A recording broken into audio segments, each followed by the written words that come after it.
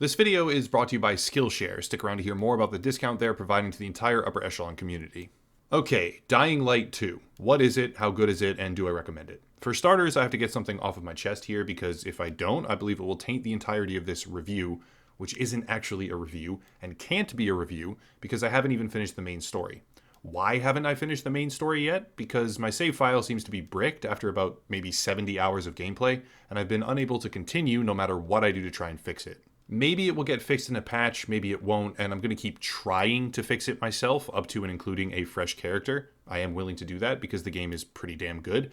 But for right now, I simply don't have the time, and thus I will be discussing the game from where I am at instead of where I wish I was. The bug involves the day-night cycle getting broken, it seems, where it's bright out during the night or dark during the day, and then simultaneously getting stuck outside of a timed mission area, and because of the autosave system, I somehow got put in a gameplay state every single time I load in, where I can't actually progress other quests any further.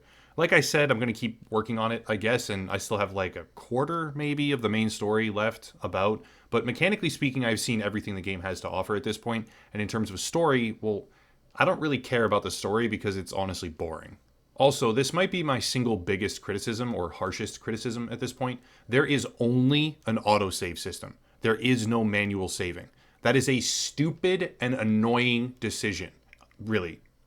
Don't do this. That should never be a thing ever. There should always be the option for a manual save. Maybe it's before critical choices, maybe it's to prevent your game being bricked. I don't care why. I understand why they did it, but I don't accept it as being valid. It should always be possible to manual save. It is inexcusable that they don't allow manual saves. Totally unacceptable. But yeah, that's my harshest words about the game for the entire video. So yeah, take that for what you will. Back to the story. I'm not going to say that the story is bad per se, because it's not, but it's extremely predictable in the sense that a post-apocalyptic zombie movie, TV show, or video game almost always relies on character betrayal and faction politics. Dying Light 2 is exactly that. Characters are constantly turning out to not quite be who you thought they were, or they're stabbing each other in the back here and there. You have to make, apparently, I wouldn't know yet, meaningful choices along the way, and some of those choices actually do make you think about what will happen as a result, and apparently some of them impact the ending. Again, I wouldn't know, but I just didn't identify with most of the characters. I wasn't really surprised when someone got betrayed or pulled a fast one and turned out to have ulterior motives, because it's a post-apocalyptic trope. Like, it's really predictable. All that said, the graphics are actually fantastic. The set pieces are pretty good. And there's a lengthy campaign with main story missions that I've already put probably 15 hours into on its own, which isn't counting all the side content, which for me has been probably more than 3 times that at least already. The developers did say it was 500 hours to complete, and then they had to backtrack and say it was 80 hours for the main and side missions with a 20-hour main story campaign, but I really don't think length will be a complaint anyone legitimately has. In terms of length, it's on solid ground. For bugs and glitches, funnily enough, outside what seems to be one incredibly hard bug to get rid of and is currently stopping my main story progress completely, I actually had a really good experience, believe it or not. There were NPCs disappearing for a little while in cutscenes, also audio bugs when that was happening, here and there, some glitchy physics when explosions went off, and from time to time I just couldn't use certain abilities for like 30 seconds, or my survivor sense, or a piece of loot was just totally unreachable, or an enemy would jump into an impossible position where he couldn't be attacked, or a few more things even, quite a few more. So maybe it wasn't all that smooth, actually, now that I think about it, but I didn't notice at the time, or flat out just didn't care, probably, because the fundamental gameplay loop is so damn fun. I didn't crash a single time, I have to put that in there, except for when I was closing the game already on one occasion, and instead of just closing, it crashed, but I didn't have any issues with crashing on PC, which leads me to the position that this game as a AAA highly ambitious project is actually pretty well polished compared to industry norms. Some people are calling it Cyberpunk 2.0. I don't really see how that is the case, at least I didn't experience that. Not to that degree anyways. Yes, I say that as someone, and do keep this in mind, I say that as someone who encountered a bug that is, according to everything I can find, exceptionally rare and might have bricked a 70-hour save. But even with that, I'm not against replaying it, and I'm not going to chalk it up as just a botched release. It isn't. On console, yeah, it's not as good. I haven't played it there myself, so keep that in mind, but after doing a little bit of research, it would seem that there are FPS issues, there are more bugs and glitches than its PC counterpart, for some at least, and there are unresolved issues with crashing post-launch.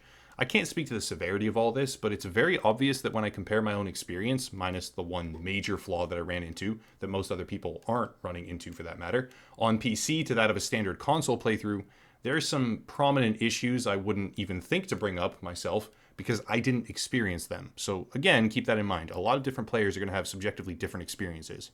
Bottom line, the game is, as far as I can tell, better on PC than it is on console right now, especially previous generation consoles, which is the majority of the user base, because hardware in 2021 and 2022 is really fucking hard to get your hands on. So in terms of raw stability and technical polish, it's maybe an 8 on PC or a 7, depending on if you have a bad day, and possibly a 6 on consoles, if I had to give a number. Before going further, this video is brought to you by Skillshare. Skillshare is a dedicated online learning community that is built around user experience. One of the things I like to make sure and mention is that the platform has no advertisements whatsoever, which means classes are able to be viewed at your own speed without any interruptions. One of the classes I've actually just completed myself is called How to Make a Podcast by John Lagomarsino. I've toyed with the idea of an upper echelon podcast before, I just never really had any experience with it. Mediums, topic formatting, etc. I've done live streams and certainly scripted videos, but podcasting and the art of making an audio-based format interesting for the span of an hour or two is something fairly different. Side note, if you have thoughts on the idea of an upper echelon podcast, feel free to let me know in the comments down below. It's an idea I'm actively working on. Skillshare is created for all brackets of skill. You can be a hobbyist, amateur, or even professional who finds value in it because it allows people with real experience to communicate that experience in a helpful way. For example, I consider myself to be a pretty proven expert when it comes to YouTube, and yet I still have a lot to learn about parallel subjects, such as podcasting. Skillshare has been very helpful for that. When you join, you can try out a Skillshare live class, which adds a new dynamic layer to the online learning experience, and the first 1,000 of my subscribers to click the link down below in the description will get a 1-month completely free trial of Skillshare, so you can start exploring right now today. Again, the link down below will give the first 1,000 users a 1-month free trial so they can explore the site. Big thank you to Skillshare for sponsoring the channel. So now that we've discussed technical stability and polish, let's focus on the more important stuff like gameplay. Dying Light 2 has a pretty damn good parkour system that heavily rewards investment. What I mean by that is pretty simple. As you get inhibitors, which you find all around the world, and they just make you stronger, you can choose to boost either stamina or health. This might seem like a no-brainer to the more combat-oriented player base, and it kind of is, because if you get certain skills in the combat side, the difficulty becomes completely trivial, more on that later on. But this sense of reward and noticeable progression is equally true for the stamina tree. Basically, if you spec into combat, you see very prominent gameplay-related changes in what you can and can't do under duress. But if you spec into the stamina tree, you can access more places, climb higher, run faster, and even fight new enemies in a much more dynamic way, because parkour combat is also a thing, and it's done pretty well. Going even further, the open-world faction elements of this game and the territory mechanic also play into all this, despite being fairly simple on the surface. As you play through the game, you will encounter two factions, the Peacekeepers and the Survivors. The Peacekeepers are a combat faction that will start to put traps and other ballistic installations on the streets if you give them territory, a function you unlock during the main campaign. And the Survivors will place parkour accessories around their hideouts and bases, making your movement patterns far more open. Personally, I went pretty deep into the Peacekeeper tree early on because I wanted to become a ranger. The Peacekeepers give you a semi-automatic crossbow after you give them 4 different territories, and my instinct was right because it's completely overpowered. The basic reason for this is that crafting bolts only requires 1 feather and 10 scrap to make 10 of the bolts, and they have ridiculously high damage, high rate of fire, and when boosted by gear, which I'll discuss in a second here, you just completely steamroll all of the content.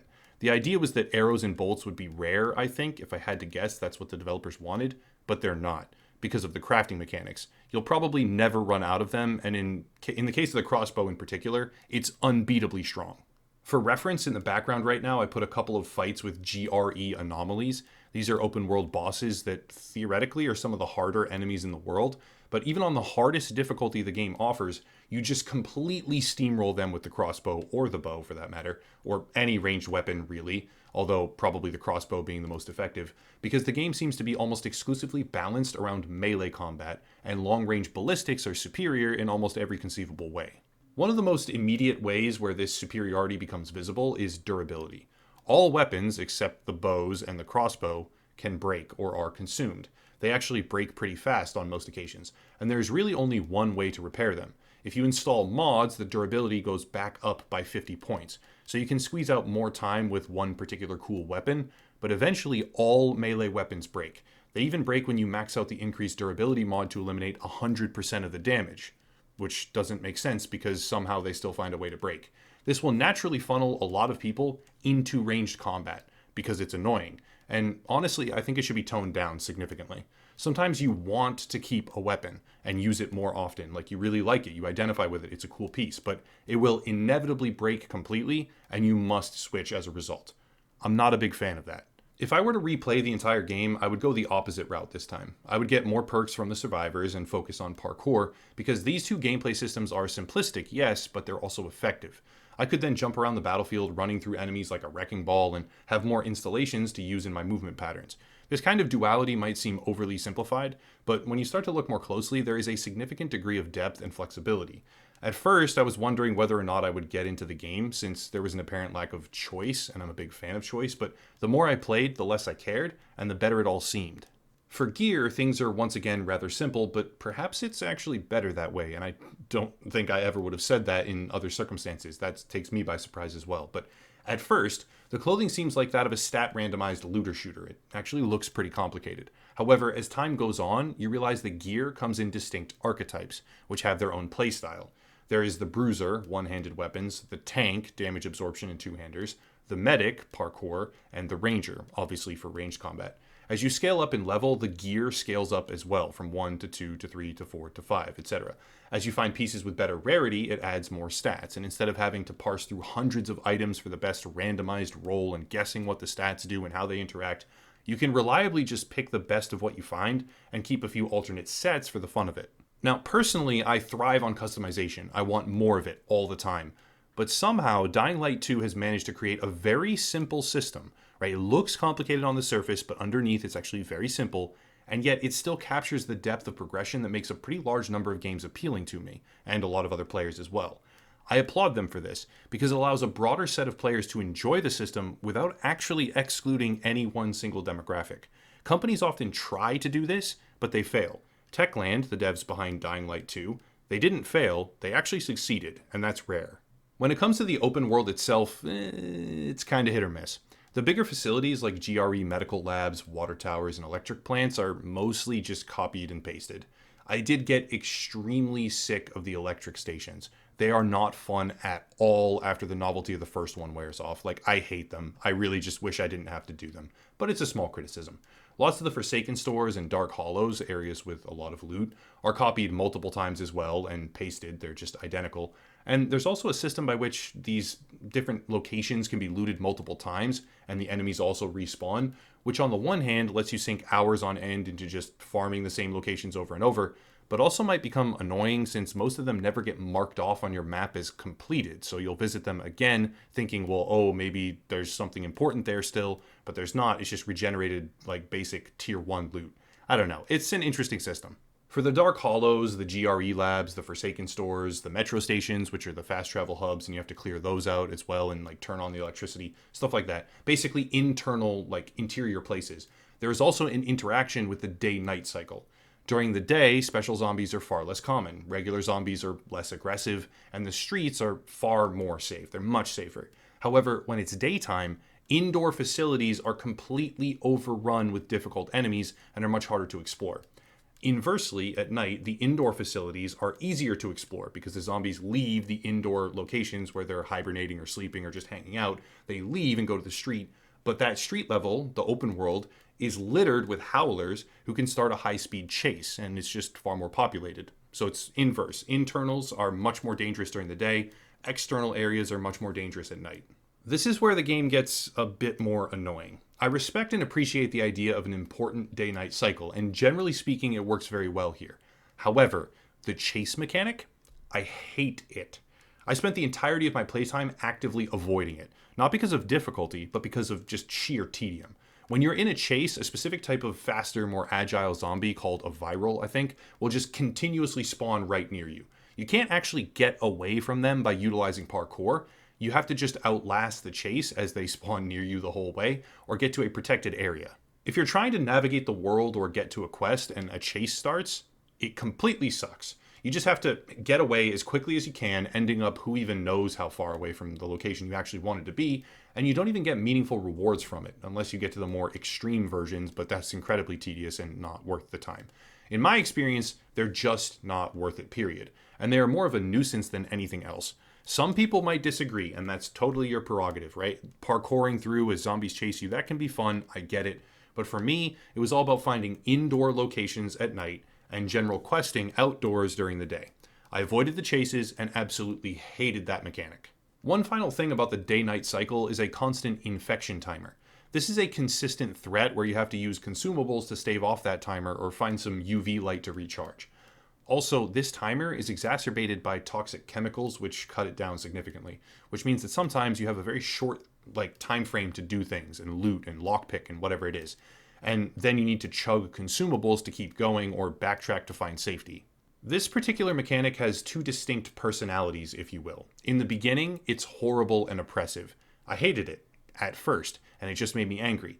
But later on, even on the hardest difficulty, where loot is much more scarce, you start to amass an arsenal of items and it becomes more of just an afterthought. You end up thinking, oh, that's the sound, gotta take an inhaler, gotta recharge the timer, okay, whatever. Because it stops being an urgent thing, or something to even pay attention to, and fades into the background.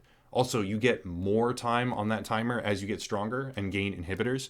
However, in the early stages, it can be very, very frustrating when all you want to do is grab some more loot. You're in a building, you're going through, you don't want to backtrack every 3 minutes to try and, recharge your timer or chug all the consumables that you have, because the UV shrooms don't even give you much of that timer back, right? In the beginning, it's a bad system. In the later stages of the game, you kind of just ignore it because it doesn't matter anymore. So, not super successful. For the most part, the loot actually feels great. Scavenging is legitimately valuable, and once you begin to amass a bank of resources, the entire pace of the game changes. For the better. It's a good change. You go from being weak and annoyed to being overpowered and unstoppable, with something in your toolkit for every occasion.